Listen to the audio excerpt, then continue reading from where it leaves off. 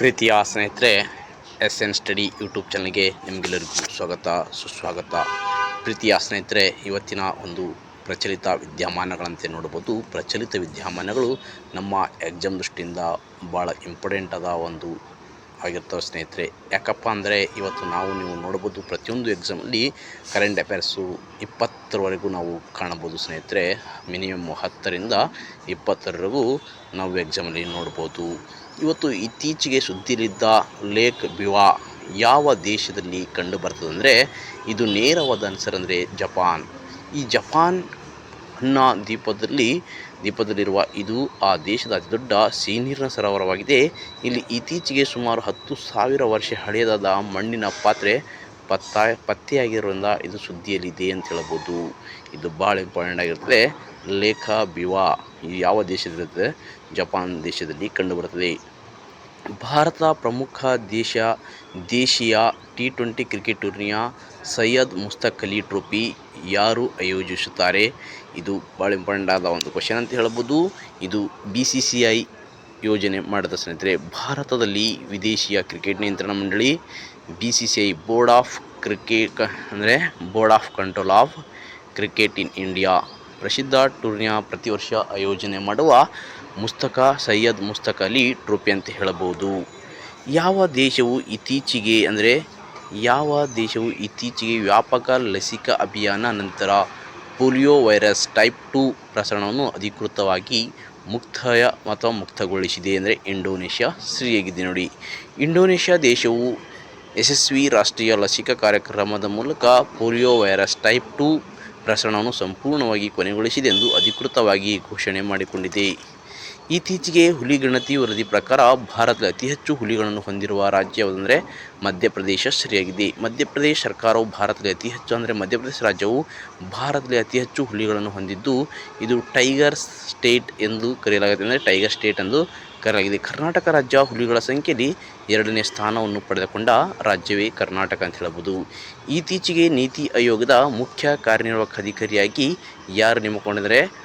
BVR Subrahmanyam ಅವರು ನೇಮಕಗೊಂಡಿದ್ದಾರೆ. ನೀತಿ ಆಯೋಗ ಸ್ಥಾಪನೆಯಾಗಿದ್ದು ಜನವರಿ 1, 2015ರಂದು. ಇದರ ಮೊದಲ ಹೆಸರೇ ಯೋಜನಾ ಆಯೋಗ ಆಗಿತ್ತು ಸ್ನೇಹಿತರೆ.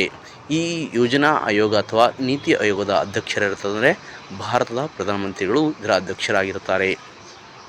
ಇತ್ತೀಚೆಗೆ ಜಾಗತಿಕ ಹಸಿವು ಸೂಚ್ಯಂಕ ಬಿಡುಗಡೆಯಾಗಿದ್ದು ಇದನ್ನು ಯಾವ ಸಂಸ್ಥೆಗಳು ಸಿದ್ಧಪಡಿಸುತ್ತವೆ ಅಂದರೆ ಕನ್ಸರ್ನ್ ವರ್ಲ್ಡ್ ವೈಡ್ ಮತ್ತು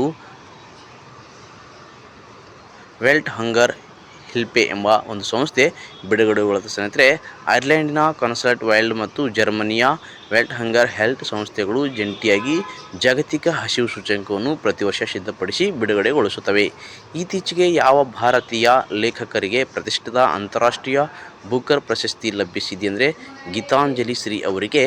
ಗೀತಾಂಜಲಿ ಶ್ರೀ ಅವರು ಹಿಂದಿ ಕಾದಂಬರಿ ರೇತ್ ಸಮಾಧಿ ಇಂಗ್ಲಿಷ್ ಅನುವಾದ ಟಾಪ್ ಆಫ್ ಸ್ಯಾಡ್ ಈ ಕೃತಿಗೆ ಜಾಗತಿಕ ಗೌರವ ಲಭಿಸಿದೆ ಸ್ನೇಹಿತರೆ. ವಿಶ್ವ ಪರಿಸರ ದಿನ ಪ್ರತಿ ವರ್ಷ ಯಾವ ದಿನವನ್ನು ಆಚರಣೆ ಮಾಡ್ತೀವಿ? ಪ್ರತಿ ವರ್ಷ ಜೂನ್ 5ರಂದು ಜಾಗತಿಕವಾಗಿ ಪರಿಸರ ಸಂರಕ್ಷಣೆ ಮತ್ತು ಜಾಗೃತಿ ಮೂಡಿಸಲು ವಿಶ್ವಸಂಸ್ಥೆ ನೇತೃತ್ವದ ಪ್ರತಿ ವರ್ಷ ಜೂನ್ 5ರಂದು ವಿಶ್ವ ಪರಿಸರ ದಿನಾಚರಣೆಯನ್ನು ಆಚರಣೆ ಮಾಡಲಾಗುತ್ತದೆ. ಇತ್ತೀಚೆಗೆ ಯಾವ ದೇಶವು ತನ್ನ ಹೊಸ ಚಿನ್ನದ ಬೆಂಬಲಿತ ಕರೆನ್ಸಿ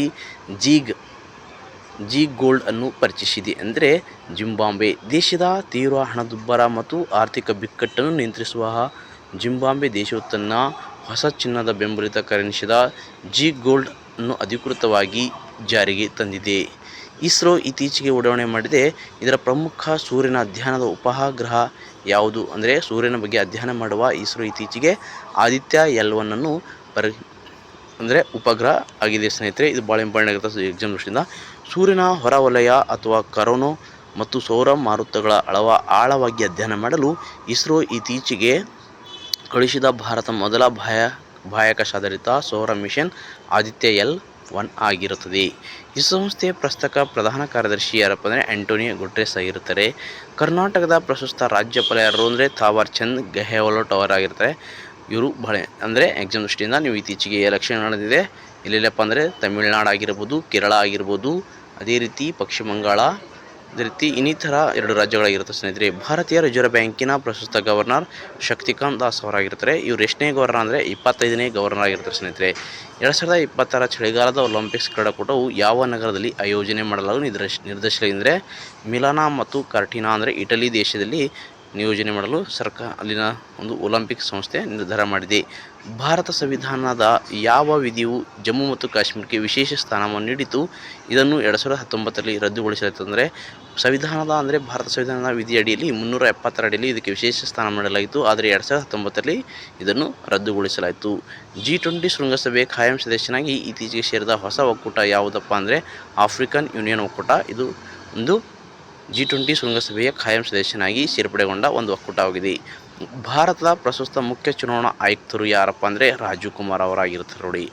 ಇತ್ತೀಚೆಗೆ ಸುದ್ದಿಯಲ್ಲಿದ್ದ ಕ್ವಾಡ್ ಶೃಂಗಸಭೆ ಅಥವಾ ಕ್ವಾಡ್ ರಾಷ್ಟ್ರಗಳ ಸಂಖ್ಯೆ ಯಾವುದಂದರೆ Bharat, UAE, Japan, Australia, Indo Pacific ವಲಯದ ಮತ್ತು ಮುಕ್ತ ಮತ್ತು ಶಾಂತಿಯುತ ಸಹಕಾರಕ್ಕಾಗಿ ರಚನೆಯಾಗಿರುವ 4 ಪ್ರಮುಖ ಅಥವಾ ಪ್ರಜಾಪ್ರಭುತ್ವ ದೇಶಗಳ ಒಂದು ಕಾರ್ಯತಂತ್ರದ ಒಕ್ಕೂಟವೇ ಕ್ವಾಡ್ ಆಗಿರುತ್ತೆ ಸ್ನೇಹಿತರೆ. ಇದು ಇತ್ತೀಚಿನ ಎಕ್ಸಾಮ್ಗಳಲ್ಲಿ SDI ಮತ್ತು ಗ್ರೂಪ್ ಸಿಯಲ್ಲಿ ಕೇಳಿದ್ದಾನೆ. Bharat, UAE, Japan, Australia.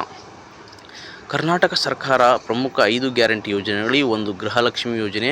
ಇದರ ಮುಖ್ಯ ಉದ್ದೇಶ ಅಂದರೆ ಮನೆ ಯಜಮಾನಿಗೆ ಮಾಸಿಕ ರೂಪಾಯಿ 2,000 ಸಹಾಯಧನವನ್ನು ನೀಡುವ ಒಂದು ಗೃಹಲಕ್ಷ್ಮಿ ಅಡಿ ಅಂತ ಹೇಳಬಹುದು. ಇದೊಂದು ಉತ್ತಮವಾದ ಒಂದು ಯೋಜನೆ. ಆದರೆ ಇವತ್ತಿನ ಆರ್ಥಿಕ ಹೊರೆ ಆಗಿದೆ ಅಂತ ಹೇಳಬಹುದು ಸ್ನೇಹಿತರೆ. ಯಾಕಪ್ಪ ಅಂದರೆ ಇವತ್ತು ನೀವು ನೋಡ್ಬೋದು ಹಲವಾರು ಗ್ಯಾರಂಟಿ ಯೋಜನೆಗಳು ಸಹ ಇದು ಸಹ ಒಂದಾಗಿದೆ ಅಂತ ಹೇಳ್ಬೋದು. ಭಾರತ ಪ್ರಸ್ತುತ ಮತ್ತು ದೇಶದ ಮೊದಲ ಬುಡಕಟ್ಟು ಸಮುದಾಯದ ರಾಷ್ಟ್ರಪತಿಗಳಾರಂದರೆ ದ್ರೌಪದಿ ಮುರ್ಮು ಆಗಿದ್ದರೆ, ಗೌರವಾನ್ವಿತ ದ್ರೌಪದಿ ಮುರ್ಮು ಅವರು ಭಾರತದ 15ನೇ ರಾಷ್ಟ್ರಪತಿಯಾಗಿದ್ದು ಈ ಅತ್ಯುನ್ನತ ಸಂವಿಧಾನಿಕ ಹುದ್ದೆಗೆ ಏರಿದ ದೇಶದ ಮೊದಲ ಬುಡಕಟ್ಟು ಸಮುದಾಯದ ಮಹಿಳೆಯರಾಗಿರುತ್ತಾರೆ.